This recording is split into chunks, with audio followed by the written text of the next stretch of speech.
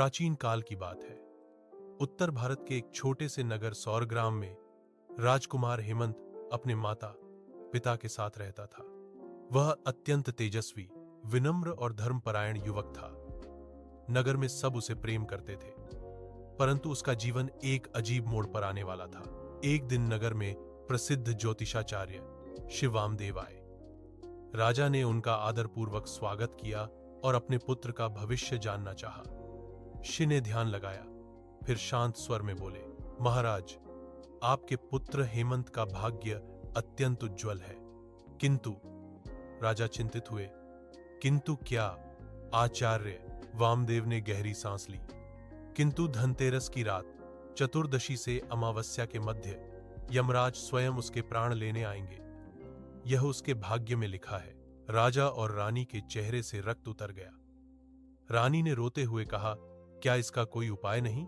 शिव बोले, हर भाग्य स्थिर नहीं होता महारानी। यदि उस रात संपूर्ण नगर में दीप प्रज्वलित किए जाएं, हर घर, हर आंगन, हर द्वार पर, तो यमराज का मार्ग प्रकाश से भ्रमित हो जाएगा। और यदि घर के द्वार पर दीप दक्षिण दिशा की ओर जलाया जाए तो वह घर सुरक्षित रहेगा।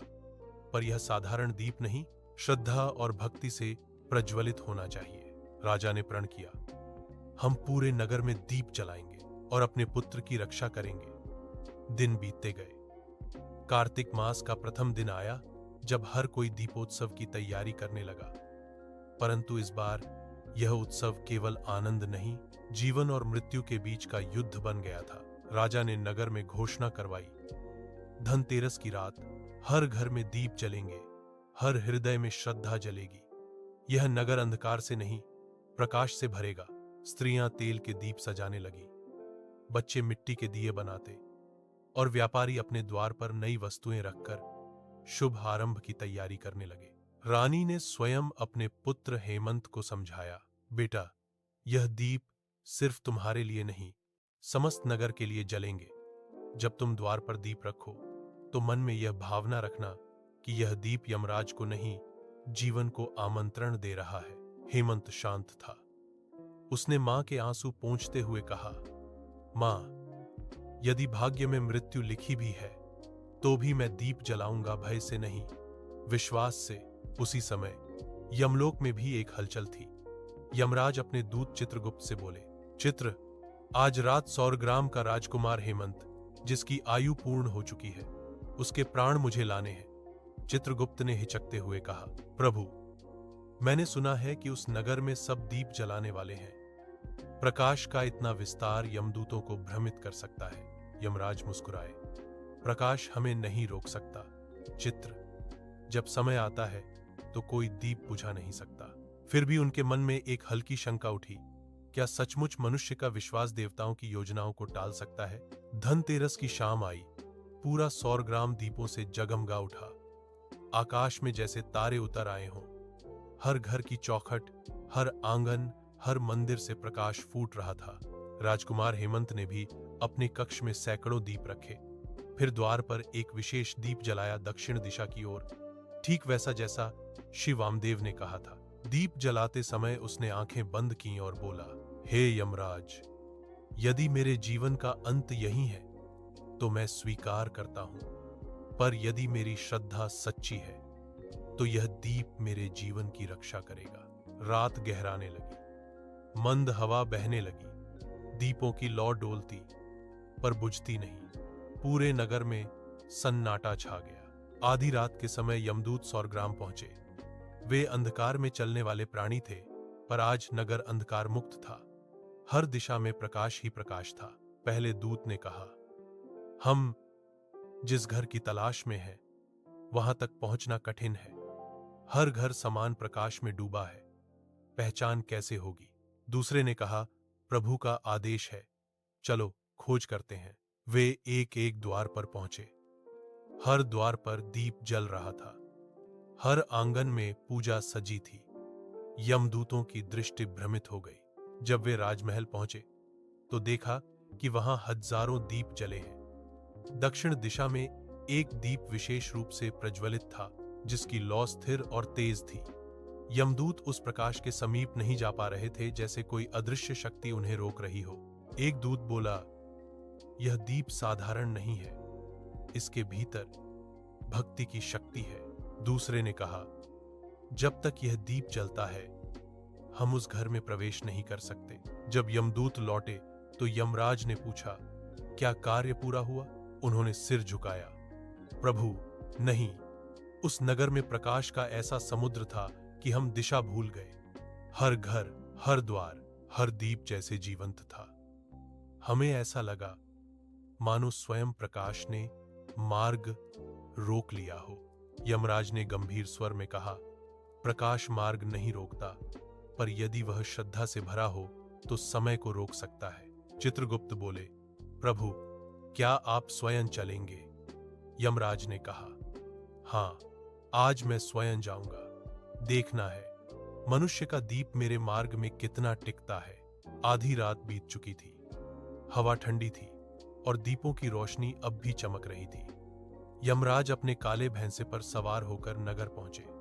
उनके आगमन से चारों दिशाएं स्थिर हो गईं, परंतु नगर के हर कोने से दीपों का प्रकाश उन पर पड़ने लगा, जैसे कोई अनगिनत आंखें उन्हें देख रही हों। उन्होंने धीमे से कहा, मनुष्य कितना अद्भुत है, मृत्यु से डरता भी है और उसी से लड़ने की हिम्मत भी रखता है। वे राजमहल के द्वार पर पहुंचे। द्वार पर वह विशेष दीप जल रहा था। उसकी लौ ने जैसे यमराज को प्रणाम किया। यमराज आगे बढ़े, पर एक अदृश्य दीवार ने उन्हें रोका। वह दीवार प्रकाश से बनी थी। अचानक दीप की लौ ऊंची उठी और उसके भीतर से एक स्वर निकला, प्रभु यह घर उस पुत्र का है जिसकी भक्ति सच्ची है। उसका जीवन आपकी योजना से नहीं, उसकी श्रद्धा से चलता है। यमराज ठिठक गए। उनके नेत्रों में आश्चर्य था। उन्होंने धीरे से कहा, तो यही है मनुष्य का दीप, जो न केवल अंधकार मिटाता है बल्कि मृत्यु को भी विलंबित कर देता है। यमराज कुछ क्षण मौन खड़े रहे। फिर उन्होंने अपने शस्त्र नीचे रख दिए और बोले, हे राजकुमार हेमंत, तेरी भक्ति ने तेरा जीवन बढ़ा दिया है। आज से यह रात्रि धनतेरस कहलाएगी, क्योंकि इस रात मनुष्य ने सीखा कि धन का अर्थ केवल स्वर्ण नहीं बल्कि दीपों की भक्ति भी है। उन्होंने आकाश की ओर देखा और उसी प्रकाश में विलीन हो गए। सुबह जब नगरवासियों ने आंखें खोली तो देखा कि दीप अब भी जल रहे हैं। किसी ने बुझाए नहीं, पर उनकी लौ अब शांत और स्थिर थी, जैसे कोई दिव्य घटना घट चुकी हो। राजकुमार हेमंत जीवित था और उस दिन से धनतेरस केवल धन का नहीं बल्कि जीवन के संरक्षण और भक्ति के दीपों का पर्व बन गया। राजकुमार हेमंत जब अगली सुबह जागे तो पूरा महल पुष्पों से सजा था। रानी की आंखों में आंसू थे, पर इस बार वे आंसू दुख के नहीं, आनंद के थे। राजा ने पुत्र को गले लगाया, बेटा, तूने न केवल अपना जीवन पाया है बल्कि इस नगर को भी नया जीवन दे दिया। हेमंत मुस्कुराया, पिता, मैंने कुछ नहीं किया, दीपों ने किया है। उन दीपों ने जो सबके हृदय में जल रहे थे। उसी दिन शिवामदेव महल पहुंचे। वे शांत मुस्कुराहट लिए बोले, राजकुमार, तुमने कर दिखाया जो बहुत कम मनुष्य कर पाते हैं, भाग्य को बदलना। राजा ने पूछा, आचार्य, क्या वास्तव में दीप यमराज को रोक सकते हैं? वामदेव बोले, दीप रोकते नहीं, वे प्रकाशित करते हैं। और जब मनुष्य का मन प्रकाश से भर जाता है तब मृत्यु का अंधकार भी उसे छू नहीं पाता। यमराज स्वयं भी उस प्रकाश को प्रणाम करते हैं। फिर उन्होंने बताया, धनतेरस की यह रात केवल दीपों की नहीं, संकल्प की रात है। इस दिन जो मनुष्य सच्चे भाव से दीप जलाता है वह अपने भीतर के भय को जला देता है। धरती पर हुई इस घटना ने यमलोक को भी विचलित कर दिया था। यमराज का मन अब शांत नहीं था। वे सोच में पड़ गए, क्या यह संभव है कि मनुष्य की श्रद्धा मृत्यु की गति बदल दे? चित्रगुप्त ने आदरपूर्वक कहा, प्रभु, यदि अनुमति हो तो मैं कहूं, वह दीप केवल मिट्टी का नहीं था, उसमें एक स्त्री का प्रेम, एक पिता की प्रार्थना और एक पुत्र की निडरता का सम्मिलन था। ऐसे दीप से कोई भी मार्ग पार नहीं कर सकता। यमराज ने गहरी दृष्टि से देखा, तुम कहना चाहते हो कि भक्ति मेरी शक्ति से भी बड़ी है? चित्रगुप्त झुक गए, प्रभु, आपकी शक्ति नियति है, पर भक्ति वह भावना है जो स्वयं नियति को झुका देती है। यमराज कुछ क्षण मौन रहे, फिर बोले, मैं स्वयं जाकर जानूंगा कि उस दीप की शक्ति क्या थी। इस बार यमराज अपने स्वर्गीय रूप में नहीं, बल्कि एक वृद्ध साधु के वेश में धरती पर आए। उनके कंधे पर कमंडल था, हाथ में त्रिशूल और चेहरे पर तेज। वे सौरग्राम पहुंचे, जहां अब भी दीपों की सुगंध और मिट्टी में तेल का गंध फैला था। बच्चे गलियों में खेल रहे थे, स्त्रियां घरों की सजावट कर रही थीं और हर ओर उल्लास था। एक बालक ने वृद्ध को देखकर कहा, बाबा, आप देर से आए, कल रात तो दीपों का सागर था। यमराज मुस्कुराए, हां बेटा, सुना है, यहां के दीपों ने मृत्यु को भी रोक दिया। बच्चा बोला, हां, हमारे राजकुमार को यमराज लेने आए थे, पर दीपों ने उन्हें लौटा दिया। बच्चे की मासूमियत सुनकर यमराज के हृदय में करुणा उमड़ आई। वृद्ध साधु यमराज महल पहुंचे। द्वारपाल ने उन्हें अंदर ले जाया। राजकुमार हेमंत स्वयं आकर उनके चरणों में झुके। प्रणाम बाबा, क्या आप भोजन ग्रहण करेंगे? यमराज बोले, मुझे भोजन नहीं, उत्तर चाहिए। बताओ, उस रात जब सब भयभीत थे, तुम शांत कैसे रहे?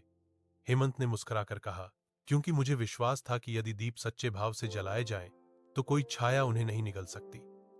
मृत्यु केवल शरीर ले जाती है, पर जो प्रकाश भीतर जला ले, उसे मृत्यु कैसे छू सकती है? यमराज मौन हो गए, फिर बोले, यदि यमराज तुम्हारे सामने आते तो तुम क्या करते? हेमंत ने निडरता से कहा, मैं उन्हें प्रणाम करता और कहता, प्रभु, यदि आपका आना नियति है तो स्वागत है, पर पहले बैठिए, इन दीपों की रोशनी में कुछ क्षण विश्राम कर लीजिए। यमराज का हृदय पिघल गया। वे सोचने लगे, यह वही मनुष्य है जिसने मुझे भक्ति से जीत लिया। कुछ देर मौन रहने के बाद यमराज ने अपना दिव्य रूप प्रकट किया। प्रकाश फैल गया। हेमंत ने देखा, साधु के रूप में खड़े हैं स्वयं मृत्यु के देवता यमराज। वह तुरंत भूमि पर झुक गए। प्रभु, आप स्वयं? यमराज बोले, हां राजकुमार, मैं वह हूं जिससे सब डरते हैं, पर तुमने मुझे अपनी श्रद्धा से रोक लिया। तुम्हारे दीप ने मुझे यह सिखाया कि प्रकाश कभी मृत्यु से नहीं डरता, बल्कि मृत्यु प्रकाश से डरती है। उन्होंने अपने कमंडल से जल लेकर भूमि पर छिड़का और कहा, आज से यह भूमि पवित्र होगी, और यह दिन, यह रात, धनतेरस की रात सदैव यह स्मरण दिलाएगी कि जब तक दीप जलते रहेंगे, यमराज भी झुकेंगे। हेमंत ने नम्रता से कहा, प्रभु, यदि आप कृपा करें तो यह कथा सबको ज्ञात हो जाए, ताकि कोई भय में न जिए, बल्कि श्रद्धा में जिए। यमराज बोले, ऐसा ही होगा। मैं स्वयं एक शिष्य से कहूंगा कि वह इस लीला का वर्णन करे। कुछ दिनों बाद यमराज महर्षि भृगु के आश्रम पहुंचे। उन्होंने साष्टांग प्रणाम किया। भृगु ने आश्चर्य से पूछा, प्रभु यमराज, आप स्वयं मेरे आश्रम में? यमराज बोले, शिवर, मैंने मनुष्य की भक्ति को अपनी आंखों से देखा है। मैंने पाया कि दीप जो मिट्टी और तेल से बना होता है, उसमें ऐसी शक्ति है जो मेरे मार्ग को रोक सकती है। भृगु ने कहा, वह शक्ति केवल तेल या लौ में नहीं होती, वह संकल्प में होती है। जब मनुष्य दीप जलाकर कहता है, मेरा घर अंधकार से मुक्त हो, तो वह केवल बाहरी अंधकार नहीं, अपने भीतर के भय को भी मिटाता है। यमराज बोले, शिवर, क्या आप इस कथा को युगों तक जीवित रखेंगे?